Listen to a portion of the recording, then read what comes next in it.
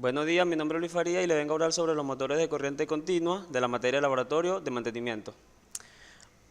Un motor de corriente continua es una máquina que convierte la energía eléctrica en mecánica, provocando un movimiento rotatorio gracias a la acción de un campo magnético.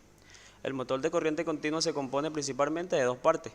El estator, que da soporte mecánico al aparato y contiene los polos de la máquina, que pueden ser o bien devanados de hilo de cobre sobre un núcleo de hierro, o imanes permanentes, y el rotor es generalmente de forma cilíndrica, también devanado y con núcleo alimentando, con corriente directa a través de delgas, que están en contacto alternante con escobijas fijas, también llamados carbones. Las técnicas de montaje y desmontaje. Se retiran los tornillos y haciendo palanca con un destornillador plano se quita la tapa, dejando a la vista el rotor y el estator, siendo el estator el que lleva las bobinas de tres juegos de bobinas desplazadas a 120 grados, que son las que generan el campo magnético de la corriente alterna. En la parte lateral tenemos la placa de bornes, que es donde realizamos las conexiones de la parte trasera.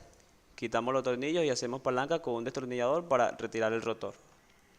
Las posibles fallas: portaescobillas. Comprobar la libre circulación de las escobillas pero sin grandes holguras para evitar chispazos.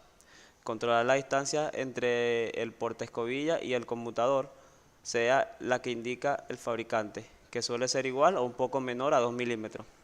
Y las escobillas, comprobar el desgaste de las escobillas cambiándolas al llegar a la marca de mínimo que hay en la misma escobilla. Conmutador. Es imposible que el conmutador esté en buenas condiciones de trabajo, teniendo que evitar grasas o aceites en la superficie del conmutador y vigilando la humedad excesiva.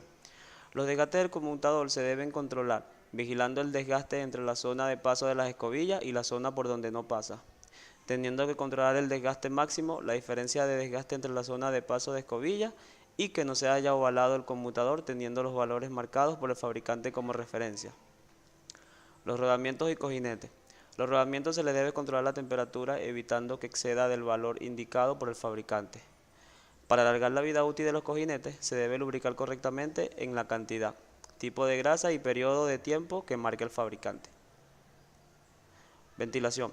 La ventilación del motor es importante para refrigerar el trabajo del motor, teniendo que controlar que el tipo de ventilación utilizada esté funcionando correctamente, como puede ser motores de ventilación que giren en sentido correcto, los filtros estén limpios y en caso contrario limpiarlos como recomiende el fabricante o cambiarlos si fuese necesario. Resistencia del aislamiento. Comprobar la resistencia de aislamiento periódicamente según indique el fabricante para comprobar el correcto aislamiento de los bobinados. Gracias.